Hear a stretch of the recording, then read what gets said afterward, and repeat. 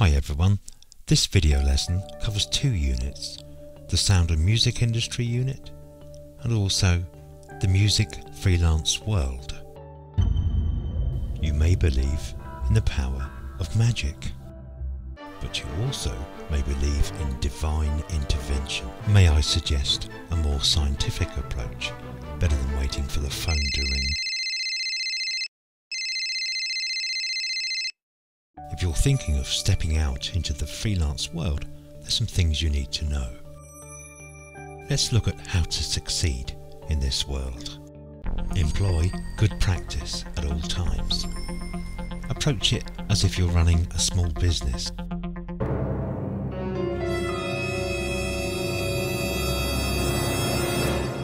Look forwards, not backwards. To be successful, you need to generate income. Think about some potential sources. Think about all areas from where you can earn some money. Remember, you can work directly with a customer or maybe through an agent. Get this right, you'll get the pennies and then the pounds rolling in. Keep getting it right and you'll get some paper money.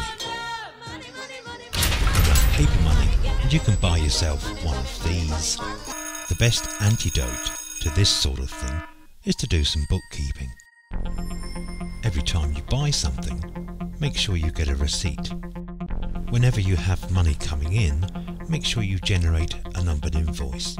Keep records of money in and money out in a way that makes sense to you. Operating a separate bank account is very advisable. If you value your liberty, make sure you pay your taxes. Of course, you can always pay an accountant to do your income tax returns. Accountants in the music business don't enjoy the best of reputations. So, a good plan is to keep all of your receipts, do your income tax returns, try and do it all yourself if you can, it's much cheaper that way, but most of all, don't leave it to the last minute. Let's take a look now at contracts of employment. There are two main types of contract that you need to know something about. Most employees are engaged under an employment contract. Engagement contracts are used for one-off gigs. So let's look into some reasons why people enter into contracts. It sets out clearly the responsibilities of all parties. It will be essential in the event of any arbitration. Let's take a closer look at a typical employment contract. It should contain a provision for each of these issues. And what about a contract for a gig? All of these items should be covered. Agencies can help you get gigs for an average commission of about 15%. A manager will want 20% of all your income. This is Malcolm McLaren. The other Simon on the right of this picture is Simon Fuller, manager of Spice Girls, Claudia Schiffer and of course the Beckhams. To achieve all of this success, you'll need to indulge in some self-promotion. You can advertise through a host of media outlets. They'll all take your money, but you can generate your own flyers and handouts and spread them around. Get some business cards done and try and develop some corporate image. There's no such thing as bad PR. Max Clifford here is a master of it. Revitalised Freddie Starr's career. He's a vegetarian. There'll be some costs involved in setting up for self-employment. You'll be needing somewhere to work from. If you can't buy it, you'll have to lease or rent it. There may be some capital equipment that you need access to. Getting access to money costs money.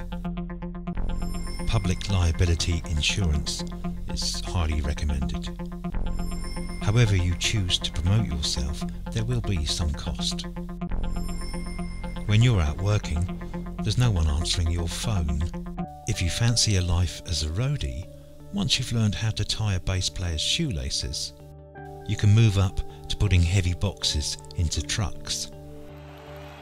Once you've got all that down, you can fly the whole thing. Music engineers come in all shapes and sizes. If you come across an album recorded by this man, buy it. This lady's daughter is also a sound engineer.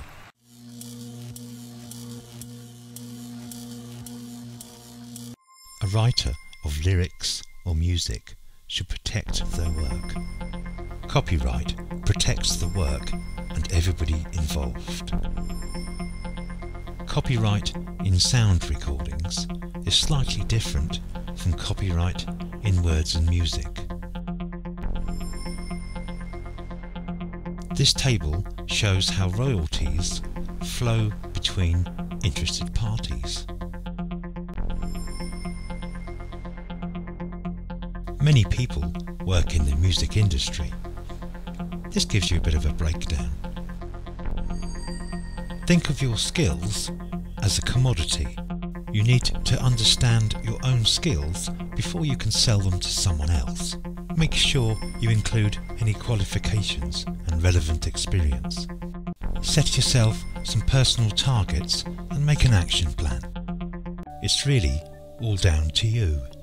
Just make sure the road ahead is clear before you make a start. Think about what success means to you and how you can quantify it. Maybe it's your stairway to heaven. Success can come in many forms. One person's key to success may be different to another's. Good luck.